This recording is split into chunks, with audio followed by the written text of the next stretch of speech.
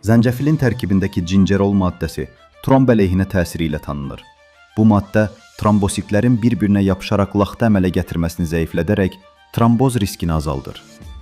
Azərtib.az-ın məlumatına görə, bunu Piroqov Universitetinin həkimi Elvira Xaçirova Gazeta.ru-ya açıqlamasında bildirib. Həkim vurğulayıb ki, zəncəfilin təsiri yalnız müntəzəm istifadədə görünür və orta riskli şəxslərin qida rasionuna daxil edilə bilər. Lakin antikoagulyant istifadə edənlər, hamilə qadınlar və mədə-bağırsaq xəstəlikləri olanlar zəncəfildən ehtiyatla istifadə etməlidir. Sağlam insanlar üçün tövsiyə olunan doza həftədə 2-3 dəfə çaya 2-3 dilim təzə zəncəfil və ya gündəlik 1 çay qaşığı toz zəncəfildir. Videonu izlədiyiniz üçün təşəkkürlər. Bu tip videoların davamlı olması üçün videolarımızı bəyənməyi, paylaşmağı və eyni zamanda kanala abunə olaraq bildirişləri aktiv etməyi unutmayın. Sədaqət Kazımova, Azərtib Az.